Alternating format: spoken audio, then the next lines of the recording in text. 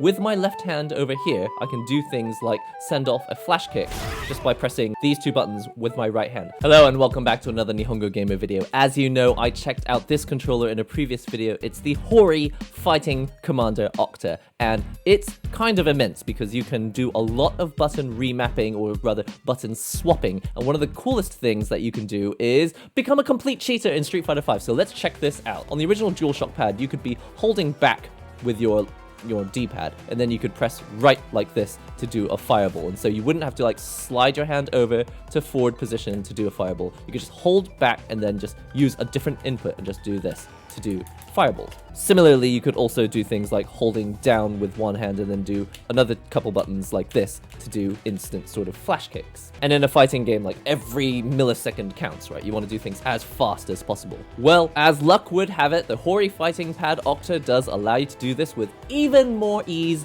than before, because check this out. So I've got the Hori device manager up here, and on my fourth profile, I can actually go and show you when I edit it.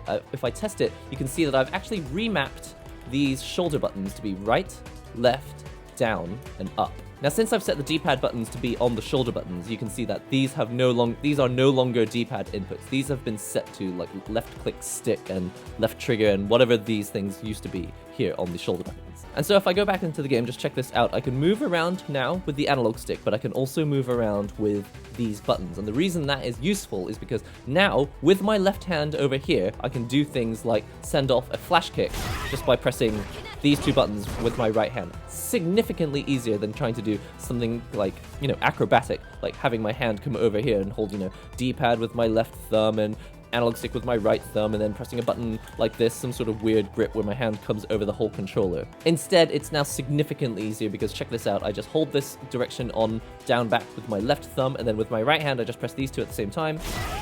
Significantly easier than doing all these weird hand acrobatics. Now, the other common one you might want to try with Guile is a sonic boom. Normally, you would have to hold that for 2 seconds and then press forward and press a punch button to do a sonic boom. But instead of doing so, there's a lot of travel between the left side and the right side. That's precious milliseconds that you could be losing to the competition. Instead, we can just hold back with the left thumb and then press right using this. And as you can see, Street Fighter V chooses whatever input comes in most recently. For some reason, button box controllers and arcade sticks aren't allowed to do this, but on pad controllers, they allow it in tournaments. I don't know why, maybe it'll change, maybe it won't. In any case, you can now hold down back with your left hand, just press right and punch with your right hand and just do a sonic boom more easily. Like so. Now, that being said, with Guile, usually you'll be holding down back instead of holding back because you don't want to be constantly backing yourself into a corner. So, if you're holding down back, if you press forward, can you see the inputs here? It's actually going to switch between, let me just show you a little more closely.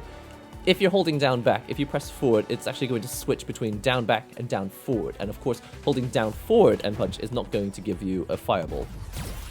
So if you are using this technique while crouch blocking, you are going to have to either let go of the analog stick so that you get a completely clean forward input, or just stand up. At least that way you get a clean forward input, which is necessary for the sonic boom.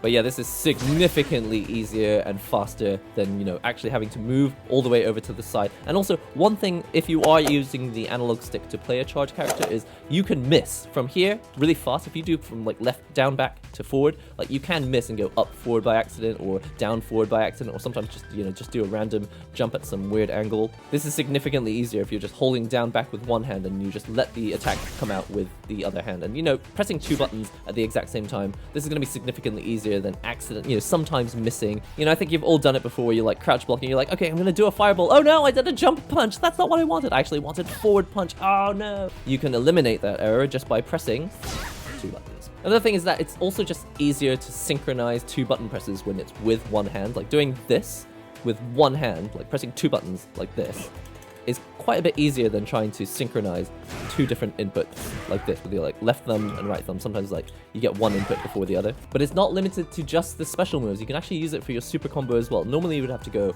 back, forward, press punch, and then you would do your super combo.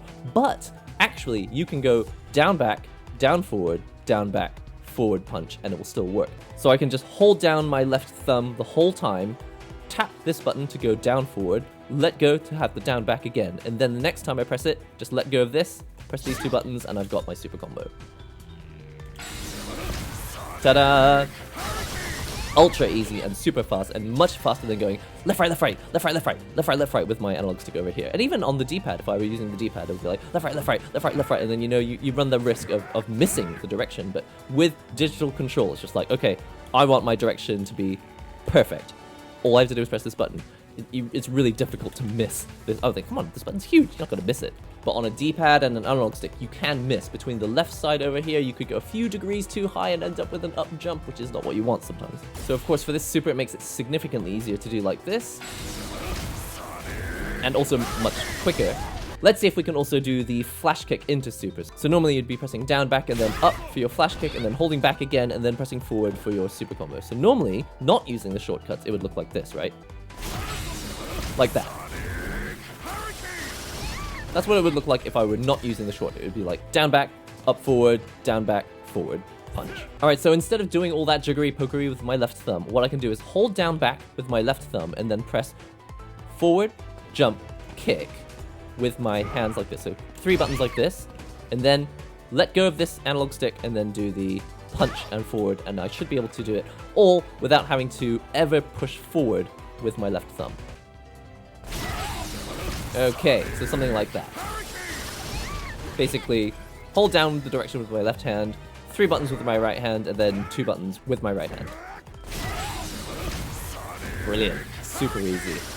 So much less fear that you're going to miss your forward input when you're like going from the left side to the right side. Or the same thing with the D-pad, you know. There is some motion, I mean, depending on how you hold the controller, there's probably less accuracy issues, but especially with the analog stick, like there's a lot that can go wrong in between here and here, like this kind of scary zone in the middle. Now, there are some things that you can do on things like button box controllers, like little shortcuts that you can do in Street Fighter V, which don't quite work with this controller. I mean, of course, I think there are a large number of things that you will be able to do with this controller, but one of the cool shortcuts that you can do with a button box controller is you can hold down one direction and then you can do a dash. So let's say you're walking forward, you could double tap left and you'd be able to do a really, really fast dash. But the reason that doesn't work in this game is because, as you can see, while I'm holding right like this, it's not inputting my left. Like, it only works if I press the right input after I press left. The other thing is that on a button box controller, you would normally be able to, like, press right and left and get a neutral input. And as you can see in this game, ooh, hang on a second. As you can see in this game, it's not picking up a neutral input. It's just going directly from left to right. There's no sort of gap in between. What I really want is a small, like, 1-frame gap in between so that I could get, like, an actual dash. But right now, if I'm, like, holding forward, well, let's see, it's probably easier to do it on this side. If I'm holding forward and then I press right, unfortunately, I don't get any neutral inputs, which means I don't get super fast dashing. Basically, if you're holding back on the analog stick, then you can actually instantly press a D-pad input and go straight to forward, but what you can't do is be pressing forward and then press a D-pad input to instantly go backwards or to get a neutral input. Unfortunately, that is not how the game is programmed. I say unfortunately, maybe it's fortunate that we don't have too many shortcuts destroying the game. But as a result, it means that I can be holding down back like this and then get super fast flash kicks like so, or I can also do my super flash kick super. Really nice and easily. Feels good. Anyway, that's all for now. Just wanted to show you some quick ways that you can become an ultimate cheater in Street Fighter V using your new Hori fighting commander, OCTA. I am joking. I don't really think of these as complete cheats, and you can already do this on stuff like a DualShock 4. It's just a little bit more complicated and a little more hassle because you've got to, like, hold your hand over the controller like so. But the software that comes with the Hori fighting commander does make it very easy to make your own custom profiles. I've actually got 4 different profiles. If I go over here, I've got custom profile number 1, which I still use for D-pad controls, but even, you know, completely mid-game and with the software actually closed, I can still press this button, go over to profile number 4, and then I've got access to things like this.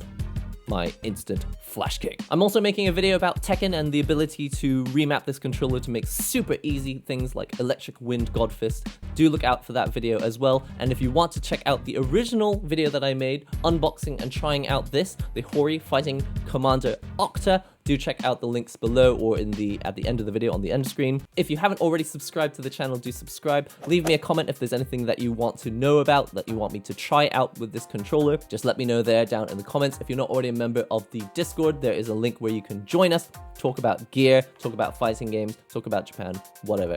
And until the next Nihongo Gamer video, I'll see you around.